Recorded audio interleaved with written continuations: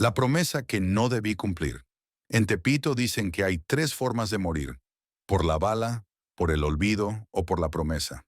Yo, Ángel Mendoza, estuve a punto de conocer las tres en menos de un mes. Las calles del barrio Bravo tienen su propio pulso. De día son un caos comercial, pero de noche, cuando la lluvia golpea el asfalto y las luces de neón se reflejan en los charcos, Tepito se convierte en otro mundo. Un mundo donde lo divino y lo profano bailan juntos sin vergüenza. Esa noche de noviembre, mientras repartía los últimos pedidos de tacos en mi moto desvencijada, sentía el peso de la miseria sobre mis hombros como nunca antes. El agua se filtraba por mi impermeable barato y la app de entregas apenas marcaba 320 pesos después de 8 horas de trabajo. No alcanzaría ni para las medicinas de mamá. «Es el último pedido del día, joven», me dijo doña Tere desde la taquería. «Llévalo a San Simón, calle Peralvillo, junto a la capilla». La capilla. Todos en Tepito sabíamos a qué se refería. No era una capilla cualquiera, sino el altar de la Santa Muerte más visitado del barrio. La Santísima, la Flaquita, la Niña Blanca. Tantos nombres para la misma figura esquelética que veía crecer su devoción mientras la esperanza se marchitaba en las calles. Mientras conducía entre callejones estrechos, las gotas de lluvia golpeaban mi casco como pequeños reproches. 22 años, y ya sentía que la vida me había escupido en la cara demasiadas veces. Mi padre desaparecido desde que tengo memoria, mi madre enferma de los riñones, y yo, repartiendo comida ajena para apenas sobrevivir. La capilla apareció ante mis ojos como un pequeño oasis de luz en medio de la oscuridad. Veladoras titilantes formaban un camino hacia una figura de 2 metros de altura, vestida con una túnica púrpura y sosteniendo una guadaña reluciente. A sus pies ofrendas de todo tipo: cigarros, botellas de tequila, dinero, joyas y peticiones escritas en papeles manchados de cera. Entregué los tacos a un hombre que esperaba bajo un toldo. Me pagó exacto, sin propina, y desapareció entre la lluvia. Estaba a punto de irme cuando la vi directamente. La Santa Muerte, con su calavera pintada de colores y sus ojos vacíos que, sin embargo, parecían mirarme fijamente. No soy supersticioso, nunca lo fui.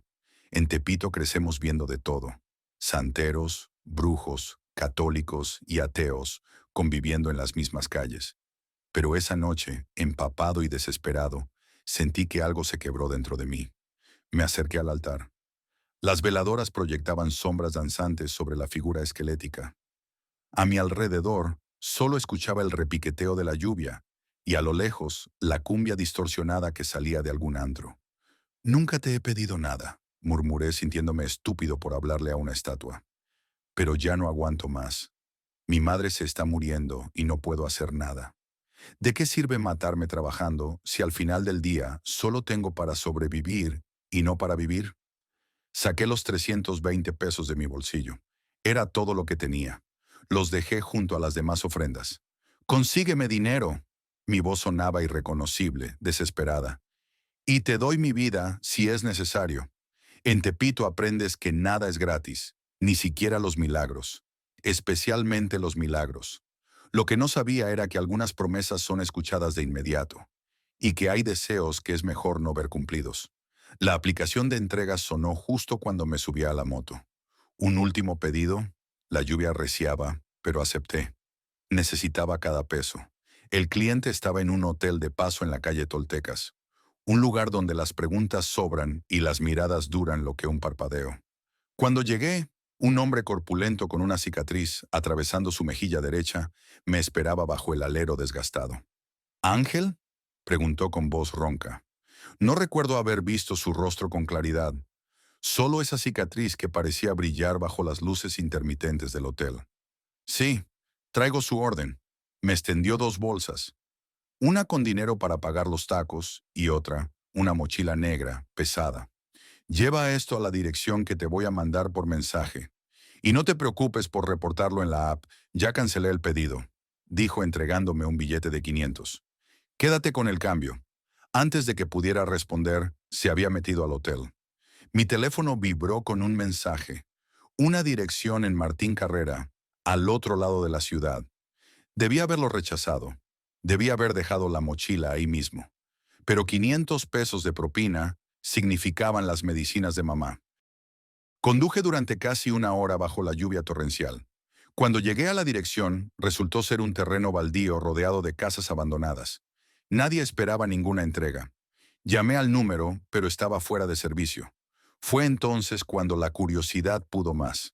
Abrí la mochila y sentí que el aire se escapaba de mis pulmones. Fajos y fajos de billetes de 500 y 1000 pesos.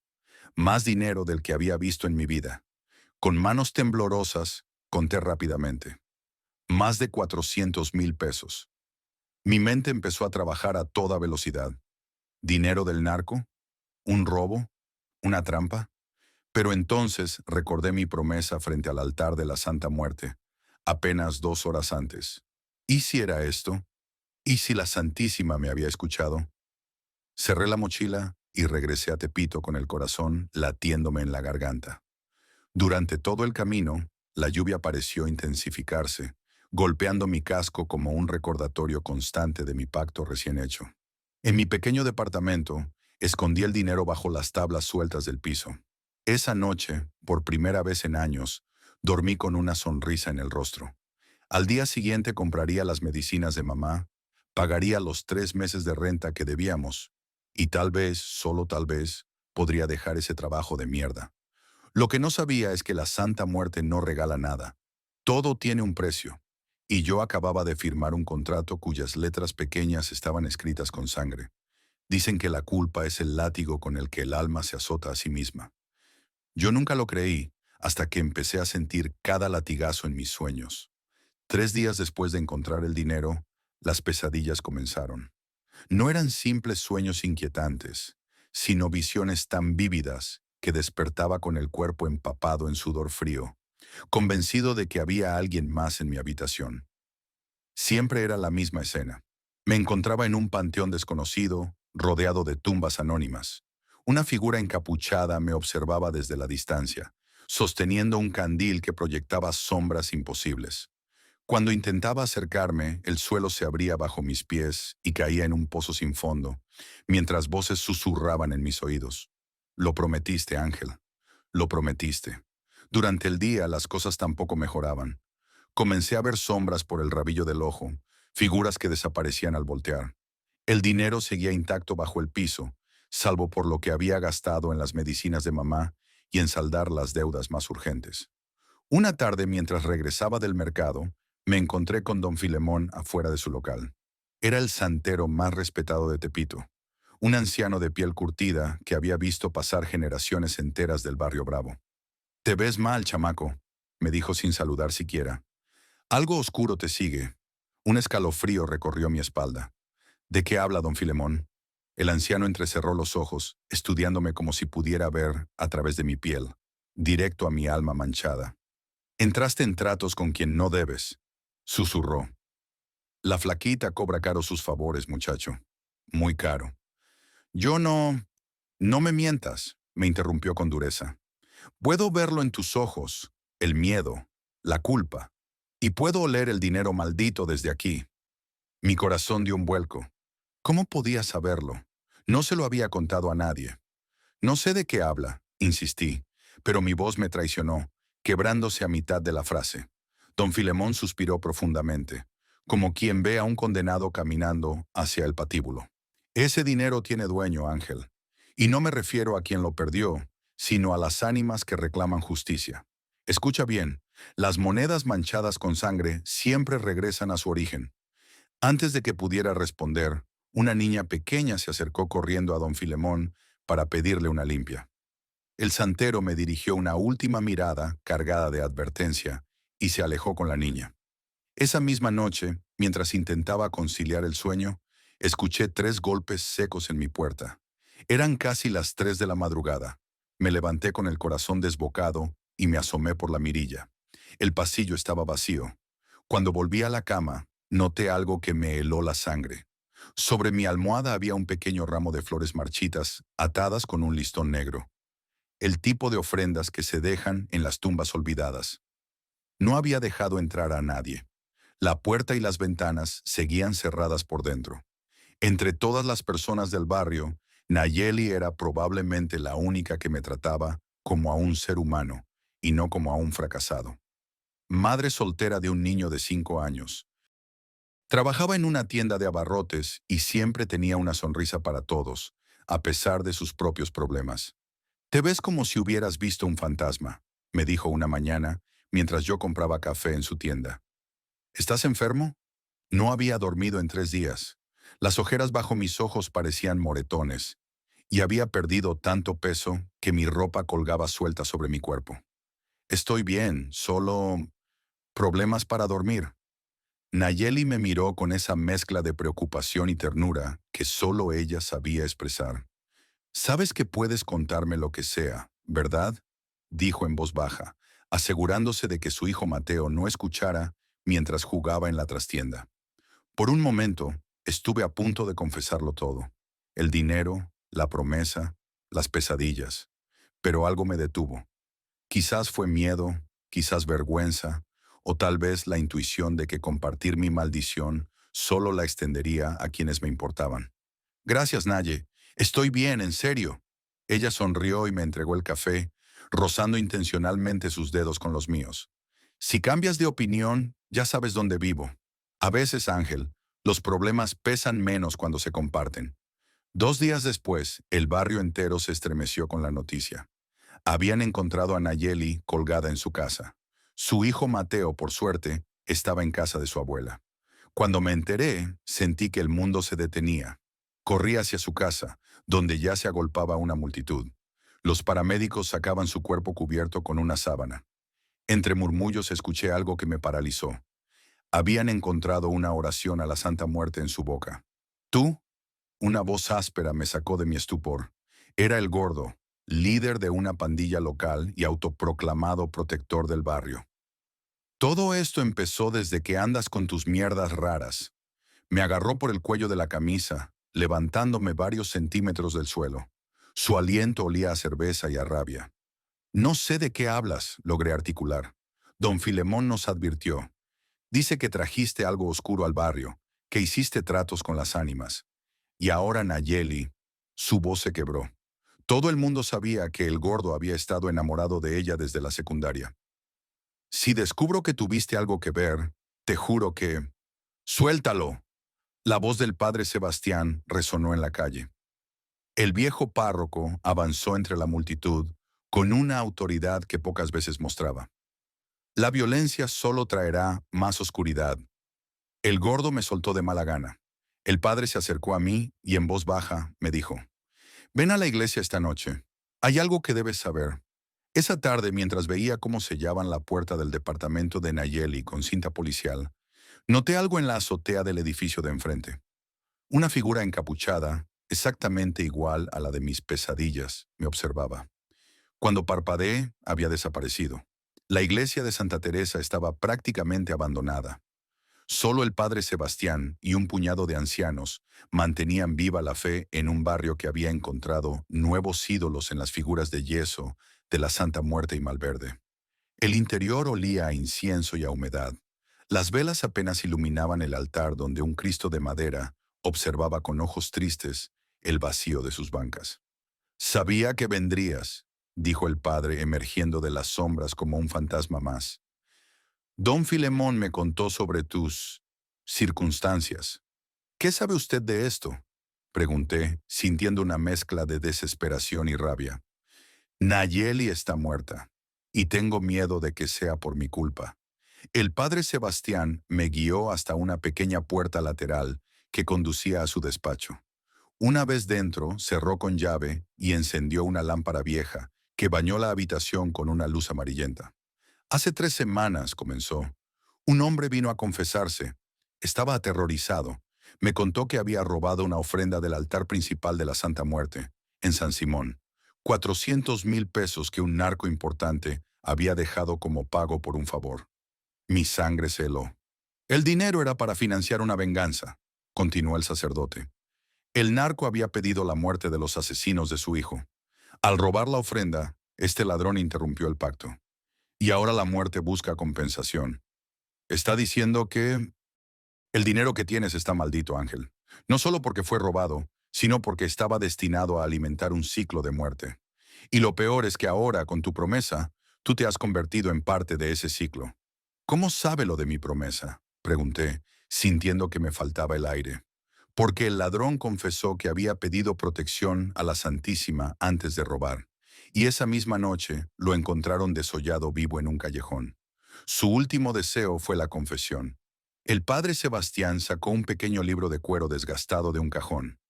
En el México antiguo, los aztecas creían que las deudas con los dioses se pagaban con sangre. La Santa Muerte no es una santa reconocida por la Iglesia, pero encarna algo más antiguo y profundo que nuestros dogmas. Es la personificación de un equilibrio implacable. ¿Qué puedo hacer?, pregunté con la voz quebrada. No quiero que nadie más salga lastimado. Debes devolver lo que tomaste, no al dueño original, sino a las ánimas que reclaman justicia. Y debes hacerlo antes de que se cumpla un ciclo lunar desde tu promesa. ¿Cómo? Don Filemón sabrá. Yo solo puedo ofrecerte esto. Me extendió una pequeña cruz de plata.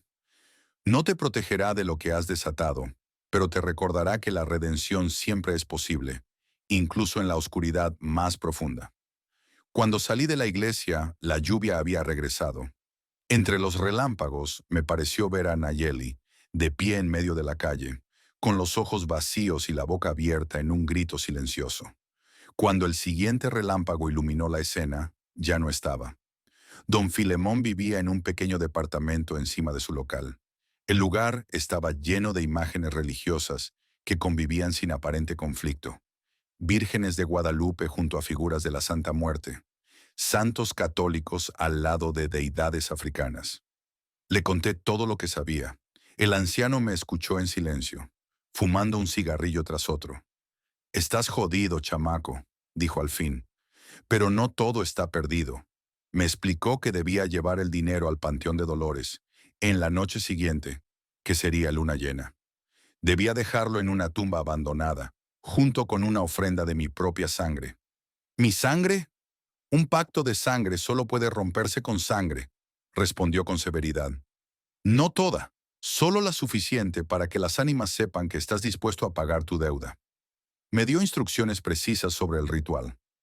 Debía dibujar ciertos símbolos, recitar palabras en náhuatl que no entendía, y finalmente dejar que 7 gotas de mi sangre cayeran sobre los billetes. Esa noche preparé todo lo necesario, el dinero completo, salvo lo que había gastado en medicinas, que repuse con mis propios ahorros. Las veladoras negras que me indicó don Filemón, el cuchillo de obsidiana que me prestó para el ritual. Pero cuando estaba a punto de salir, alguien golpeó mi puerta con violencia. «Abre, pendejo», era la voz del gordo. «Sé que fuiste tú». Con el corazón en la garganta, abrí la puerta. El gordo no estaba solo. 3 miembros de su pandilla lo acompañaban, todos armados. «La policía encontró esto en el departamento de Nayeli», dijo mostrándome un trozo de papel. «Es una nota tuya. Dice que la visitarías esa noche». Era mi letra, pero yo jamás había escrito eso. «Yo no», comencé, pero un puñetazo me silenció. Caí al suelo aturdido. «Vas a pagar por lo que le hiciste», gruñó el gordo. «Nadie toca a una mujer del barrio y vive para contarlo». Vi el brillo del metal cuando sacó una pistola. Cerré los ojos esperando el disparo, pero en lugar de eso, escuché un grito ahogado. Cuando abrí los ojos, una densa niebla había invadido mi apartamento. Las figuras del gordo y sus compañeros se retorcían como si lucharan contra algo invisible. «¡Corre, pendejo!», me gritó don Filemón desde la puerta. No sé de dónde había salido o cómo había llegado tan rápido, pero no iba a cuestionarlo. Agarré la mochila con el dinero y las ofrendas, y escapé mientras la niebla se espesaba tras de mí. El Panteón de Dolores estaba desierto bajo la luz plateada de la luna llena. Las tumbas proyectaban sombras alargadas sobre la tierra húmeda, y el silencio era tan denso que podía escuchar mi propio corazón martilleando contra mis costillas. Seguí las instrucciones de don Filemón al pie de la letra. Encontré una tumba sin nombre, apenas una cruz de madera podrida marcando. Dibujé los símbolos con cal, encendí las veladoras en los puntos cardinales y coloqué el dinero en el centro. La mano me temblaba cuando acerqué el cuchillo de obsidiana a mi palma. El corte fue rápido, apenas un dolor agudo que dio paso a un calor líquido. Conté 7 gotas de sangre cayendo sobre los billetes. Devuelvo lo que no me pertenece, recité las palabras que don Filemón me había enseñado. Rompo mi promesa con humildad y respeto. No busco favor, sino perdón. Al principio no pasó nada. Solo el viento moviendo las ramas de los árboles cercanos y el ocasional ulular de un búho. Y entonces la sentí, una presencia a mi espalda, fría como el aliento del invierno. No necesitaba voltear para saber quién era, o qué era. Te escucho, Ángel Mendoza, dijo una voz que sonaba como 1000 voces superpuestas. Has venido a romper nuestro trato. Me giré lentamente.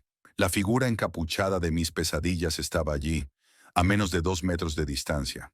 Bajo la capucha no había un rostro, sino una calavera de ojos vacíos que, de alguna manera, me miraban directamente al alma. Yo, lo siento, fue todo lo que pude decir. No sabía lo que estaba haciendo. La ignorancia no exime la deuda, respondió la figura. Prometiste tu vida a cambio de riqueza. La riqueza llegó. Ahora es tiempo de pagar. Sentí un frío que nacía desde mis entrañas. La muerte había venido a cobrar su deuda. Pero hay algo más poderoso que la muerte, Ángel Mendoza, continuó la figura. Algo que ni yo puedo ignorar. ¿Qué es? Pregunté con un hilo de voz. El sacrificio verdadero. La figura señaló con un dedo huesudo hacia la entrada del cementerio. Allí, tambaleándose y sangrando profusamente de un costado, venía don Filemón. «No lo hagas, chamaco», gritó el anciano. «Es una trampa». «El santero sabe», dijo la muerte. «Él entiende que para romper un pacto de sangre se necesita un sacrificio mayor que el original». Don Filemón cayó de rodillas a pocos metros de nosotros. La mancha de sangre en su camisa se expandía rápidamente. «El gordo me disparó cuando intenté detenerlo», jadeó el anciano. «Viene hacia acá, con los demás». Como confirmando sus palabras, escuché el ruido de motores y gritos a lo lejos. El gordo y su pandilla nos habían seguido. «Tienes una elección, Ángel Mendoza», dijo la muerte. «Tu vida o la del santero. Uno debe quedarse conmigo esta noche». Don Filemón me miró con ojos cansados pero llenos de una sabiduría antigua. «Escoge bien, hijo», susurró. «Recuerda lo que te enseñaron las calles de Tepito. A veces, la única forma de ganar es perdiendo con dignidad». En ese momento lo entendí todo. El dinero maldito, la promesa, las pesadillas. Todo había sido una prueba. No de mi codicia o mi miedo, sino de mi humanidad. «Te ofrezco mi vida», dije firmemente a la figura. Pero no por miedo o por cumplir mi promesa, sino por libre elección. Para que don Filemón viva, para que nadie más sufra por mis errores. La muerte permaneció inmóvil durante lo que pareció una eternidad.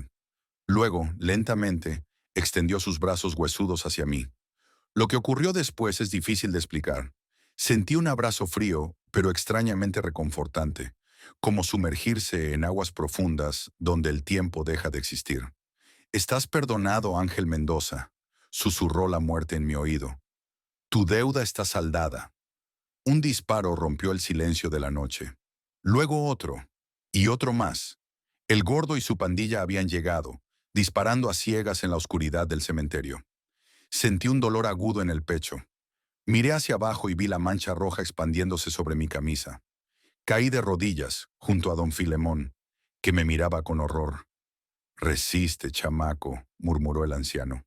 Pero ya no sentía dolor, solo una paz extraña, como si flotara fuera de mi cuerpo. Vi a la figura encapuchada alejarse entre las tumbas, arrastrando consigo el dinero maldito. Y entonces todo fue oscuridad. Desperté 3 días después en el hospital. Según los médicos fue un milagro.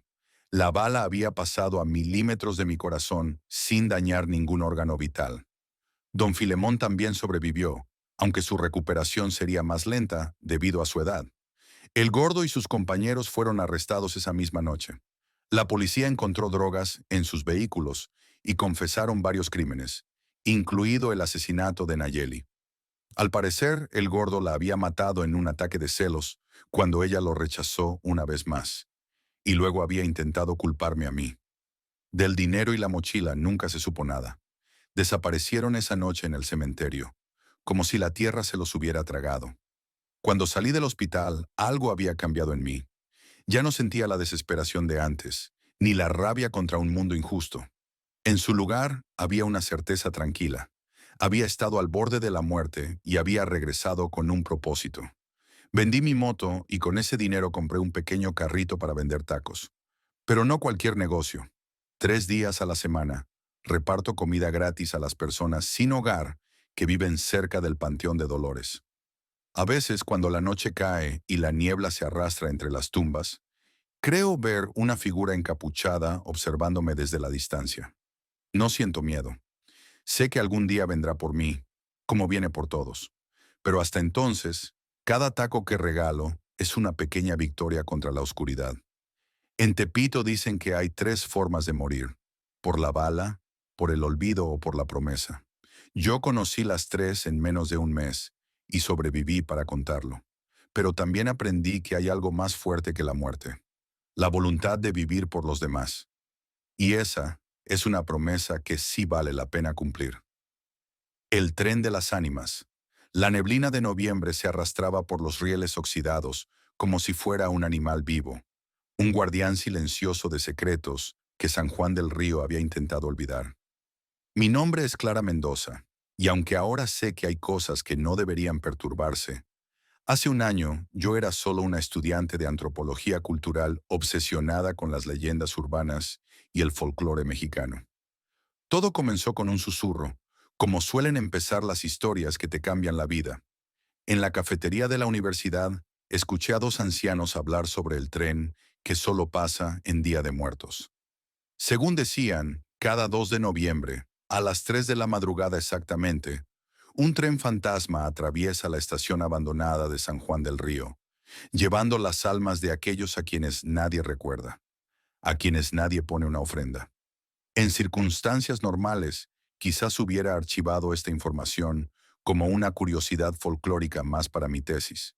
Pero mi abuela Consuelo había fallecido apenas 2 meses atrás. El dolor de su pérdida me había dejado un vacío que ningún consuelo racional podía llenar. Siempre habíamos sido cercanas. Ella me había criado después de que mis padres fallecieran en un accidente cuando yo tenía 8 años. Con su partida me sentía completamente sola en el mundo. No deberías obsesionarte con esas tonterías, me dijo Sofía mientras caminábamos por el campus.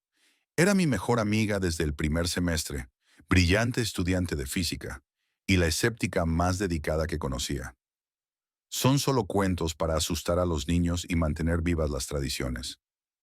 ¿Y si no lo son? Insistí. ¿Y si de verdad hay algo ahí? ¿No te da curiosidad? Sofía me miró con esa expresión suya, mitad preocupación, mitad fastidio. Clara, entiendo que estés pasando por un momento difícil, pero esto es buscar consuelo en el lugar equivocado. Quizás tenía razón, pero cuando el dolor te consume, la racionalidad se vuelve un lujo. Así que comencé a investigar sobre la estación abandonada. Resultó ser más fácil de lo que pensaba. Situada a las afueras de la ciudad, había dejado de funcionar en la década de 1980, cuando construyeron la estación moderna.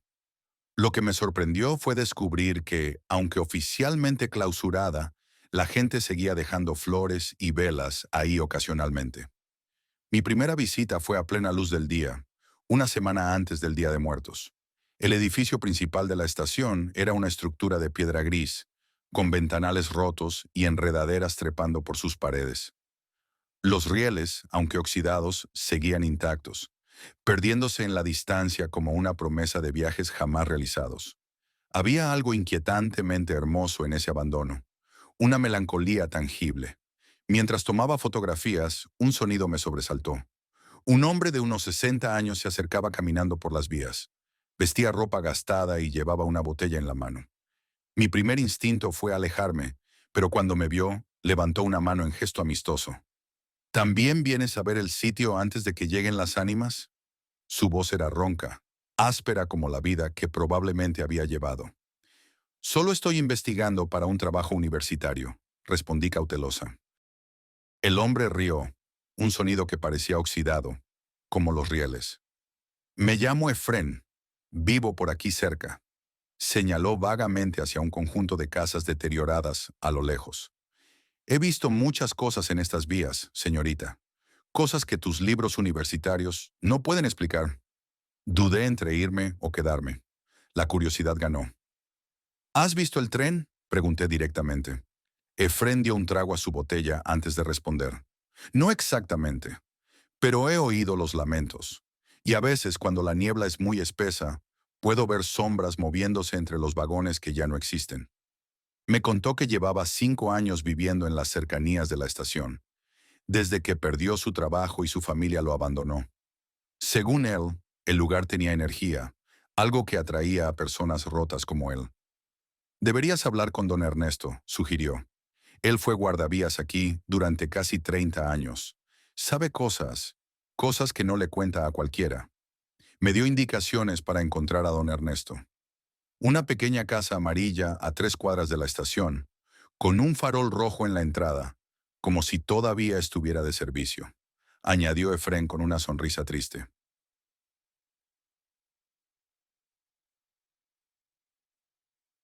Don Ernesto González resultó ser un hombre de maneras formales y ojos llenos de un dolor antiguo. Su casa estaba impecable y decorada con fotografías en blanco y negro de trenes y estaciones. Me recibió con amabilidad pero cautela cuando le expliqué mi interés. ¿Por qué una muchacha joven como tú quiere saber sobre algo tan viejo y triste? Preguntó mientras servía café en tazas de porcelana desportillada. Le hablé de mi abuela, de mi investigación y finalmente de la leyenda del tren fantasma. Con cada palabra su rostro envejecía un poco más. No es un cuento, dijo finalmente. El tren de las ánimas es tan real como tú y yo, aunque no de la manera que la gente piensa. Durante las siguientes 2 horas, don Ernesto me contó la historia que no aparecía en ningún libro. En 1920, una epidemia de influenza azotó San Juan del Río. Murieron tantas personas que los cementerios se vieron desbordados. Las autoridades sanitarias decidieron utilizar un tren de carga para transportar los cadáveres a fosas comunes fuera de la ciudad. Era un tren negro, describió don Ernesto, sin marcas, sin identificación. Salía siempre de madrugada para que la gente no lo viera y cundiese el pánico.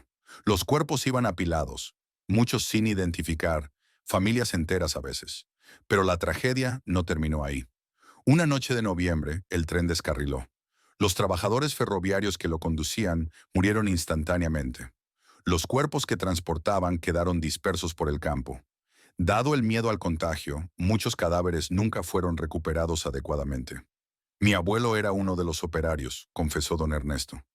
Él sobrevivió al accidente, pero nunca volvió a ser el mismo. Decía que las almas de esas personas lo visitaban en sueños, pidiéndole que no las olvidara. Comprendí entonces por qué había dedicado su vida a los ferrocarriles. Era una forma de mantenerse conectado a esa historia familiar, de honrar esa memoria. Y ahora tú, continuó, mirándome intensamente, vienes aquí justo antes del Día de Muertos. No creo en coincidencias, señorita Clara. Antes de irme, me advirtió. Ten cuidado con lo que buscas. A veces las respuestas te encuentran a ti. Por supuesto, compartí todo lo que había descubierto con Sofía. Ella escuchó atentamente, aunque podía ver el escepticismo en sus ojos. Es una historia triste, concedió, pero de ahí a creer en trenes fantasma hay un gran salto. Epidemias, accidentes ferroviarios, trauma generacional. Todo tiene explicaciones perfectamente racionales. Vamos a comprobarlo, le propuse. El Día de Muertos, a las 3 de la madrugada. Si no pasa nada, te daré la razón y dejaré esta obsesión. Sofía dudó. No me gusta la idea de estar en un lugar tan alejado a esa hora, Clara. Por favor, insistí, necesito hacer esto. Por mi abuela. Finalmente accedió, más por preocupación hacia mí que por curiosidad propia. Los días siguientes los pasé preparándome. Compré velas, flores de cempasúchil, pan de muerto y copal. Investigué sobre sesiones espiritistas y métodos para comunicarse con los muertos. Incluso visité la iglesia local para robar agua bendita de la pila bautismal, un pecado que aún me pesa. La noche del 1 de noviembre, mientras toda la ciudad celebraba el Día de Todos los Santos, Sofía y yo nos encontramos a la medianoche.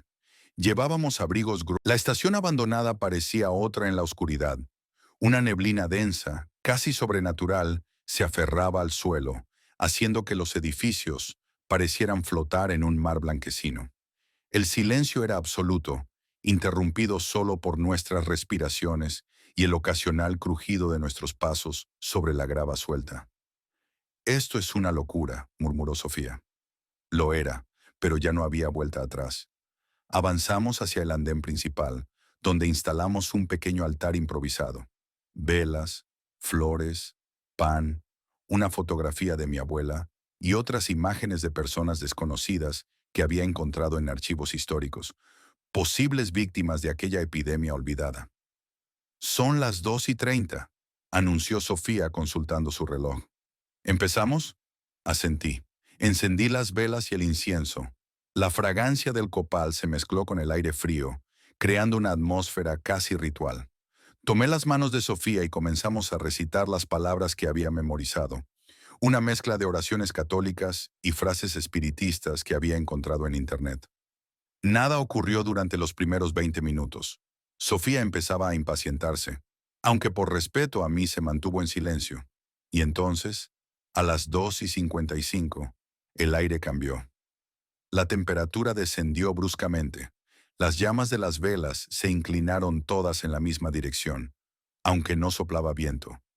«¿Qué?», comenzó Sofía, pero se interrumpió cuando un sonido lejano llegó hasta nosotras. Era un silbido metálico, como el de un tren acercándose, pero diferente, más hueco, más antiguo. El silbido se transformó en un traqueteo rítmico que parecía provenir de todas partes y de ninguna. La neblina se espesó aún más, arremolinándose sobre los rieles, como si algo la empujara. «Clara, esto no me gusta», dijo Sofía, apretando mi mano. «Debe ser algún fenómeno atmosférico, o quizás otro tren pasando por la vía principal, a lo lejos». Pero ambas sabíamos que la vía principal estaba demasiado lejos para escucharse así. Y lo que vimos a continuación no tenía explicación científica posible. A lo largo de los rieles oxidados aparecieron pequeñas luces temblorosas, como velas. Formaban una línea que se perdía en la distancia, marcando el camino por donde debería pasar el tren. Y entre la niebla, apenas visible, una masa oscura parecía moverse hacia nosotras. «Clara, vámonos», gritó Sofía tirando de mí. Pero yo no podía moverme. Estaba paralizada, no por el miedo, sino por una extraña sensación de reconocimiento. Era como si algo dentro de mí respondiera a lo que se aproximaba. Y entonces lo escuché.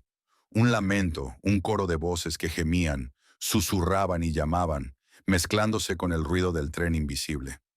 Entre esas voces, claramente, reconocí una. La voz de mi abuela, llamándome por mi nombre. «¿Abuela?», susurré, dando un paso adelante. «Clara, no». Sofía intentó detenerme, pero me solté de su agarre. Avancé hacia las vías, hacia el sonido, hacia la neblina que ahora se arremolinaba como si tuviera vida propia. Las luces temblorosas a lo largo de los rieles se intensificaron. El traqueteo se hizo ensordecedor. Y entonces lo vi. No era un tren completo, sino la sugerencia de uno. Sombras con forma de vagones, luces donde deberían estar las ventanas. Y en esas ventanas, rostros. Cientos de rostros pálidos me miraban mientras el tren fantasmal reducía su velocidad. Escuché a Sofía gritar mi nombre detrás de mí, pero su voz parecía venir de otro mundo.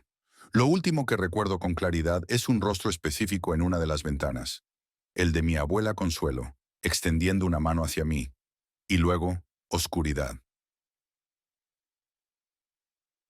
Desperté con la luz del amanecer golpeando mis párpados. Estaba tendida junto a las vías, completamente sola.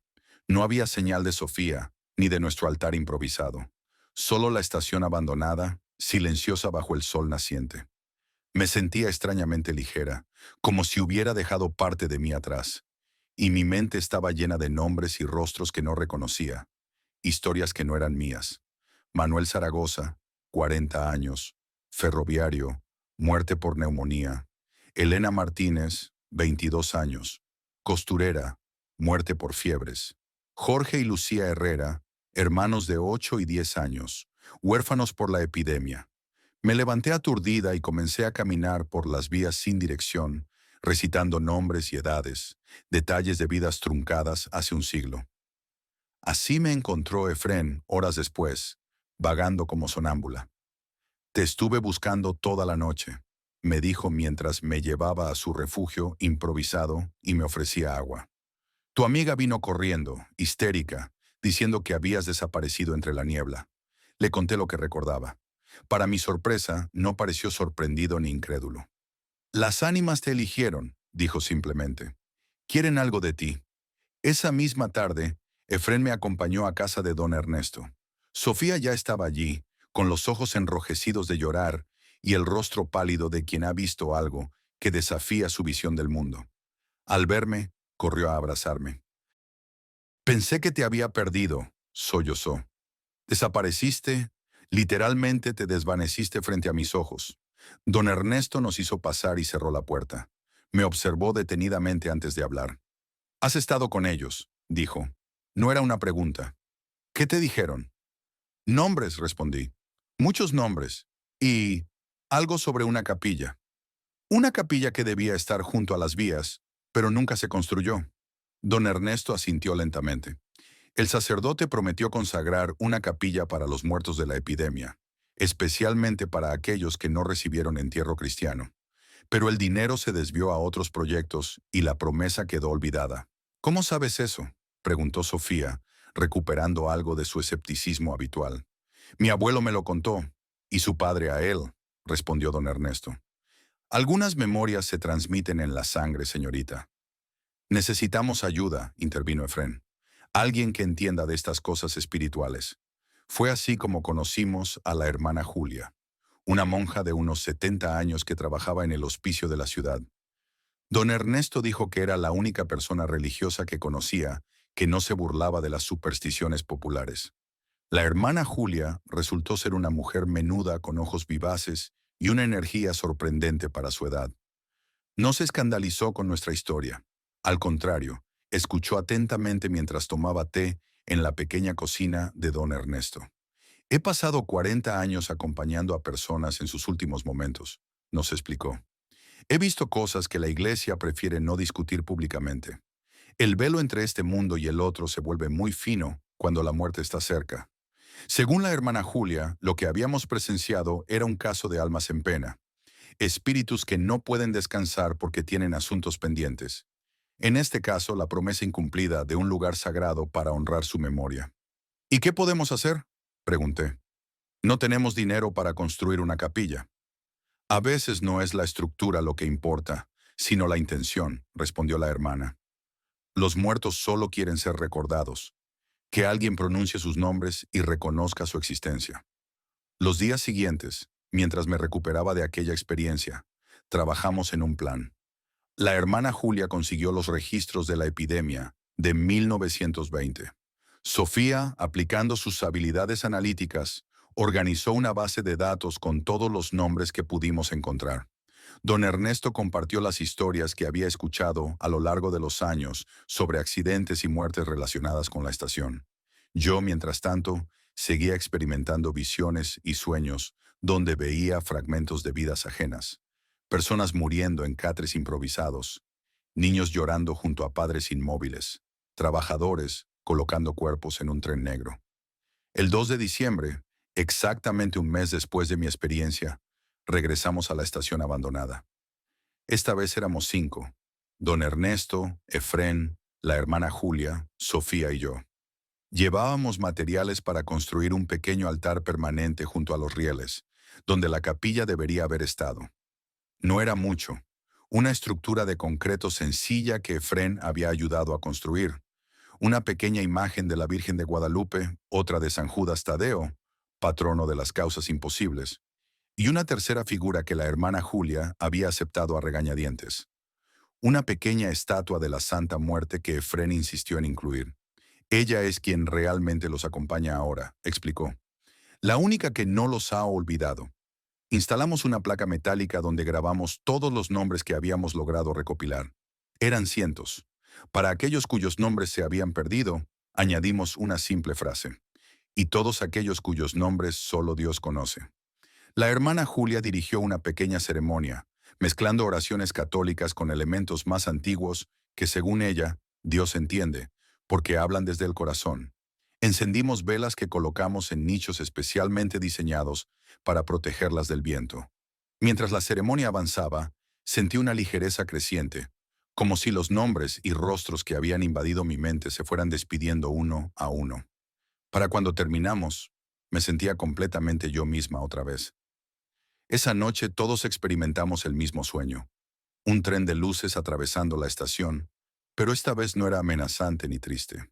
Era luminoso, casi festivo, y en lugar de lamentos se escuchaban murmullos de gratitud. Ha pasado un año desde entonces. El altar que construimos se ha convertido en un lugar de peregrinación local. La gente deja flores, velas y pequeñas ofrendas. Algunos vienen a pedir favores a las ánimas del tren, otros simplemente a recordar a sus propios muertos. Efrén dejó la bebida y ahora trabaja como vigilante voluntario del lugar. Don Ernesto ha encontrado cierta paz compartiendo abiertamente las historias que guardaba. La hermana Julia sigue llevando a algunos de sus pacientes terminales al sitio, donde, según ella, encuentran consuelo sabiendo que serán recordados. Sofía ha incorporado esta experiencia a su visión científica del mundo, investigando fenómenos paranormales desde una perspectiva académica. Hay cosas que la ciencia todavía no puede explicar, admite ahora, pero eso no significa que no tengan explicación. En cuanto a mí, ya no siento aquel vacío aplastante por la muerte de mi abuela. De alguna manera, a través de esta experiencia, he hecho las paces con su partida y con la idea misma de la muerte. A veces, cuando visito el altar en las noches de niebla, puedo sentir su presencia tranquila a mi lado. La leyenda del tren de las ánimas sigue viva en San Juan del Río, pero ha cambiado.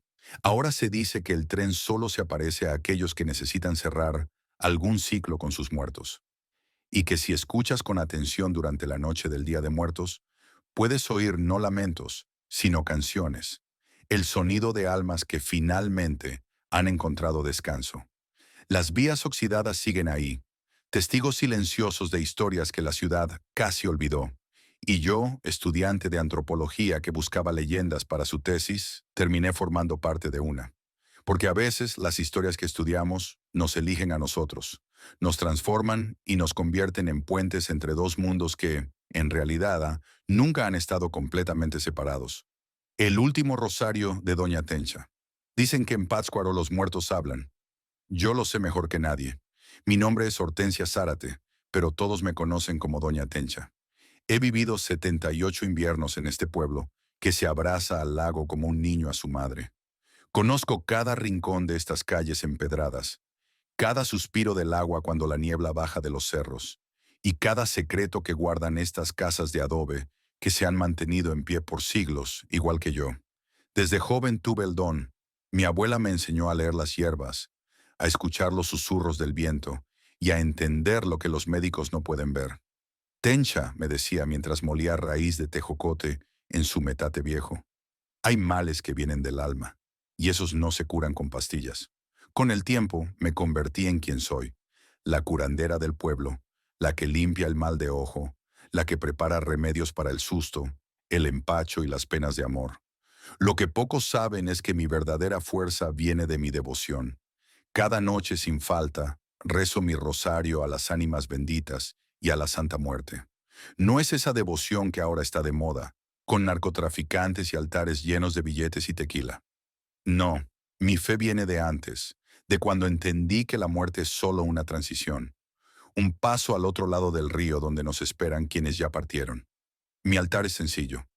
Una figura tallada en madera de cedro que me dio mi madre, 7 veladoras blancas, agua fresca en un vaso de barro y pétalos de cempasúchil durante todo el año, no solo en noviembre. Cada noche, mis dedos nudosos recorren las cuentas del rosario, mientras mis labios murmuran oraciones que aprendí antes de saber leer. Pero todo cambió cuando mi nieto Luisito enfermó. Luisito es el hijo de mi hija menor, María Elena, quien se fue a trabajar a Morelia después de que el padre del niño la abandonara. Desde entonces, el chamaco vive conmigo. Es un niño alegre de 10 años, flaco como un tallo de maíz y con unos ojos negros que brillan cuando le cuento historias de aparecidos. Un martes de abril amaneció con fiebre. No le di importancia al principio. Los niños siempre andan con gripes y malestares. Le preparé un té de gordolobo con miel y pensé que al día siguiente estaría correteando por el jardín de la plaza como siempre. Pero la fiebre no cedió. Al tercer día, cuando empezó a delirar hablando de una señora vestida de blanco que venía por él, decidí llevarlo con el doctor Meléndez. Doña Tencha, podría ser una infección, dijo el médico después de examinarlo. Le recetaré antibióticos y veamos cómo evoluciona. Tomé la receta y compré las medicinas en la farmacia de Don Chente. 3 días más y Luisito seguía igual, con la piel ardiendo y los ojos hundidos como pozos secos. Puede ser dengue, dijo el doctor en su segunda visita. O tal vez una infección en la sangre. Habrá que llevarlo al hospital de Morelia para hacerle análisis. El hospital. Esas paredes blancas donde mi Eusebio, que en paz descanse, se nos fue hace 15 años.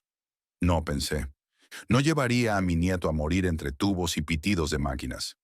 Lo cuidaré yo, doctor, con sus medicinas y mis remedios. El doctor Meléndez me miró con esa expresión que tienen los jóvenes educados. Asentí mientras guardaba las nuevas medicinas en mi rebozo. En cuanto salió el doctor, preparé una limpia con ruda, romero y albahaca. Después encendí 7 velas en mi altar y comencé a rezar como nunca lo había hecho. Fue Irma, mi vecina de toda la vida, quien empezó con los chismes. Irma siempre ha sido más católica que el Papa. Va a misa todos los días, se confiesa cada semana y mira con desaprobación mi altar a la Santa Muerte, aunque nunca ha tenido el valor de decirme nada directamente. Dicen que la niebla no se levanta por culpa de esas cosas que hace doña Tencha. La escuché decir una mañana a las señoras que compraban pan en la esquina. Esos no son rezos cristianos. La niebla, es cierto, llevaba días cubriendo el pueblo como un manto espeso y gris. No era la bruma normal que sube del lago al amanecer y se disipa con el primer sol. Esta niebla era densa, persistente, y traía consigo un frío que calaba hasta los huesos. Son sus pactos con... Ya saben quién, continuó Irma, bajando la voz pero no lo suficiente para que yo no la oyera desde mi ventana. Por eso su nieto no mejora. Es un castigo. Las señoras se persignaron y siguieron su camino, lanzando miradas furtivas hacia mi casa de tejas rojas y paredes encaladas. No me importó. Tenía cosas más urgentes de qué preocuparme que los chismes de beatas. Luisito empeoraba día tras día. Ya no comía, apenas bebía unos sorbos del té que le preparaba, y su piel, antes color canela como la mía, se había vuelto pálida y traslúcida, como papel de china mojado. Por las noches, entre delirios, hablaba de la señora de blanco que venía a visitarlo y le pedía que se fuera con ella. Recurría a todo mi conocimiento: baños de hierbas, cataplasmas de barro negro del lago, infusiones de plantas que solo crecen en lo alto de los cerros. Nada funcionaba. La fiebre subía y bajaba como las aguas del lago en temporada de lluvias.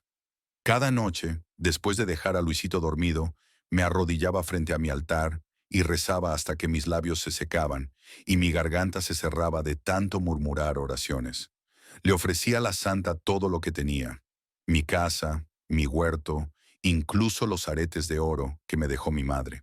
Pero ella guardaba silencio, su figura de madera impasible bajo la luz temblorosa de las velas. Fue entonces cuando decidí hacer algo que nunca antes había hecho: ir al panteón a rezar directamente sobre las tumbas de mis ancestros.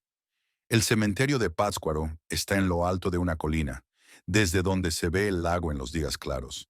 Esa noche, sin embargo, la niebla era tan espesa que apenas podía distinguir las lápidas a mis pies.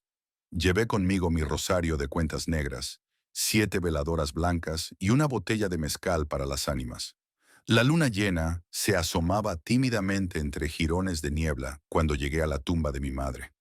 Encendí las velas, las coloqué en círculo y me arrodillé en el centro.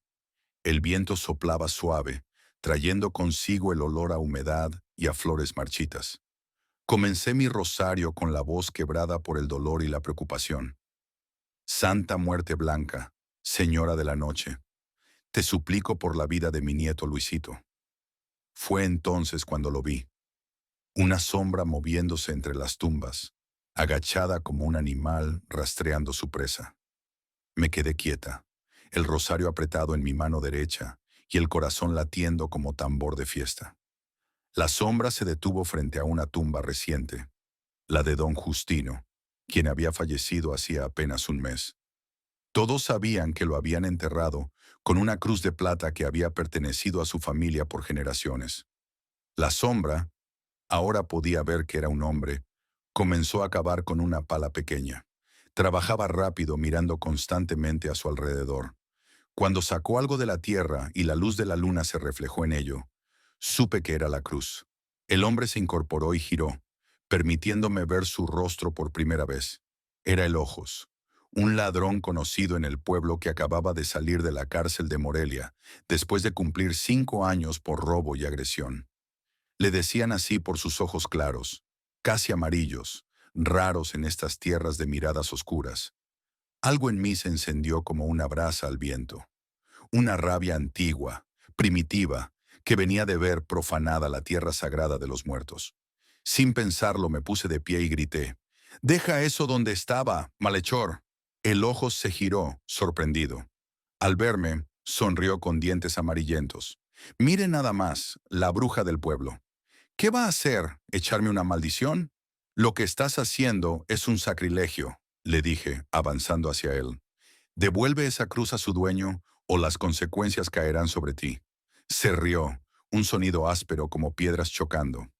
¿Consecuencias? La única consecuencia es que esta cruz me dará para emborracharme toda la semana.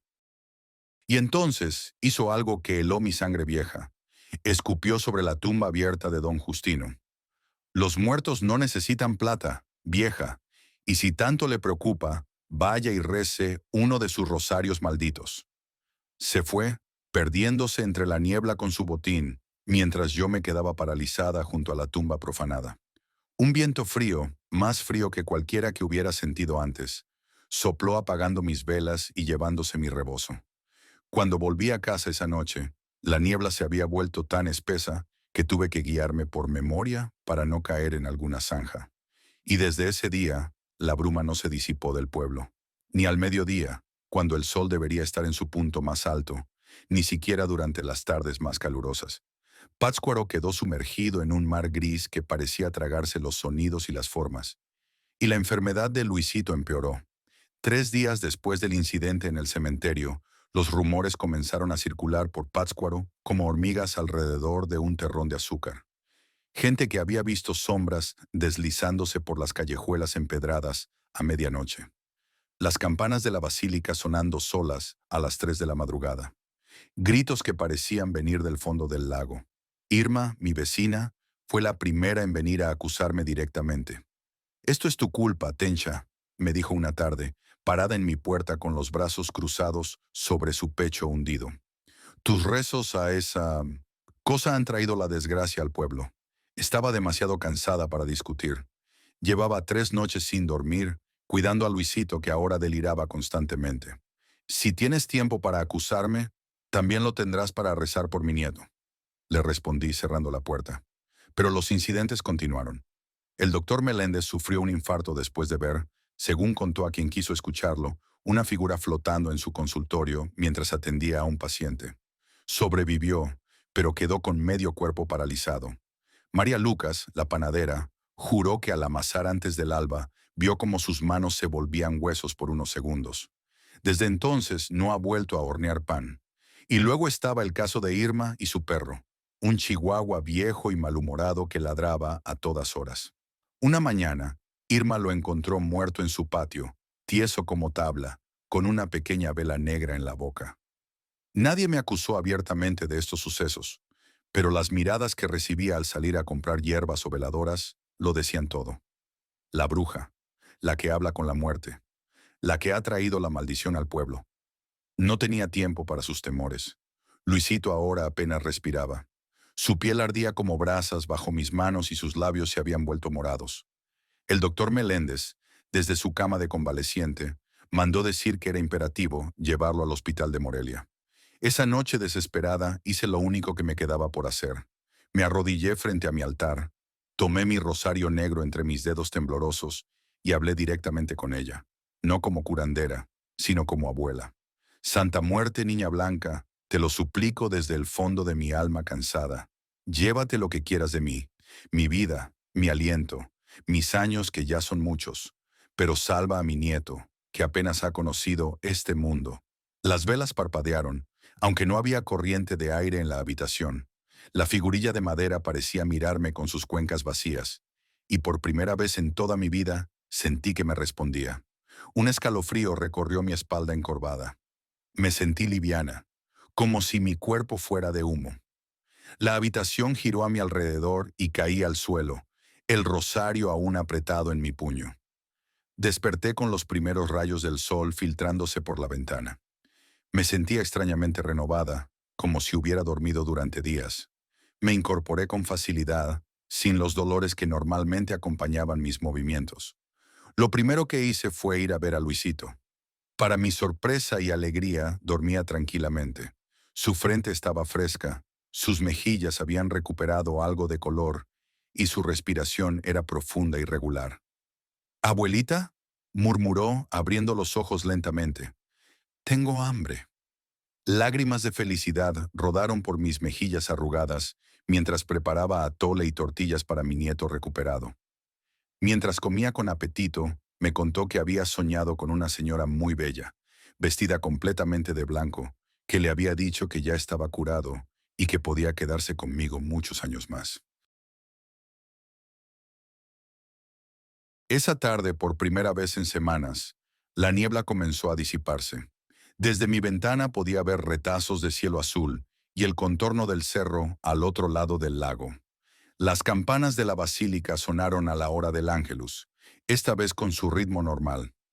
El doctor Meléndez, aún convaleciente pero mejorado, vino a examinar a Luisito y no daba crédito a lo que veía. «Es un milagro médico», dijo, guardando su estetoscopio. «No hay otra explicación». Yo sabía que había otra explicación, pero me la guardé para mí misma. Mi trato estaba hecho y aceptado. Esa noche, mientras Luisito dormía profundamente, me preparé como quien se alista para un viaje importante. Me bañé con agua de albahaca y romero, me puse mi vestido blanco, el mismo que había usado para el bautizo de Luisito, y me peiné el cabello blanco en una trenza. Encendí todas las velas de mi altar, coloqué flores frescas y un vaso de agua clara. Tomé mi rosario, me arrodillé y comencé a rezar. Las cuentas pasaban entre mis dedos con familiaridad, cada Ave María un paso más cerca del final del camino. Cuando llegué a la última cuenta, sentí una presencia detrás de mí. No necesité voltear para saber quién era. Su mano huesuda se posó sobre mi hombro, liviana como una hoja seca. «Estoy lista», dije, y mi voz sonó joven de nuevo, como cuando tenía 20 años y todo el futuro por delante. Me levanté sin esfuerzo y la seguí. Antes de cruzar el umbral de mi casa por última vez, miré hacia la habitación donde dormía Luisito. Sonreí al pensar que crecería fuerte y sano, que tendría una vida larga por delante. Era la madrugada del Día de Muertos cuando doña Tencha, la curandera de Pátzcuaro, exhaló su último aliento con una sonrisa en los labios y un rosario negro apretado en su mano derecha. Dicen en Pátzcuaro que esa misma mañana la niebla se disipó por completo, revelando un día tan claro que se podía ver hasta la isla de Janitzio desde cualquier punto del pueblo. Dicen también que cuando encontraron mi cuerpo, parecía 20 años más joven, como si la muerte, en lugar de marchitarme, me hubiera devuelto parte de mi juventud. Luisito lloró mi partida, pero entendió, con esa sabiduría que a veces tienen los niños, que mi tiempo había llegado y que mi último acto había sido por amor a él. El pueblo entero asistió a mi funeral, incluso Irma, quien colocó un ramo de claveles blancos sobre mi ataúd y murmuró una disculpa que solo yo, desde donde ahora estoy, pude escuchar. Me enterraron en el cementerio en lo alto de la colina, junto a la tumba de mi madre. El Ojos nunca regresó al pueblo. Encontraron su cuerpo en una zanja a las afueras de Morelia, 3 días después de mi muerte. Tenía la cruz de plata de don Justino apretada en su puño, y según dijeron, una expresión de terror indescriptible en el rostro. Al día siguiente de mi entierro, sobre mi tumba fresca apareció un rosal blanco que nadie había plantado. Floreció en medio del lodo y las piedras, sus rosas tan blancas como la nieve que nunca cae en estas tierras. Hoy, si caminas por el cementerio de Pátzcuaro, encontrarás mi lápida siempre cubierta de flores y veladoras. La gente viene a pedirme favores, a contarme sus penas, a agradecerme milagros concedidos. Dicen que si llevas una vela blanca a mi tumba y rezas con sinceridad, la Santa Muerte te concederá un deseo. Lo que no dicen, pero todos saben, es que cada milagro tiene su precio. Como aprendí yo esa noche de niebla, cuando recé mi último rosario por la vida de mi nieto. Porque en Pátzcuaro, como en todas partes, la muerte siempre cobra sus deudas. Y yo, doña Tencha, ahora camino a su lado, ayudándola a recolectar lo que le pertenece, mientras cuido desde lejos a mi Luisito, que ya es un hombre y tiene sus propios hijos a quienes les cuenta historias sobre su abuela, la curandera que habló con la muerte y vive ahora en un rosal blanco sobre una colina desde donde se ve todo el lago.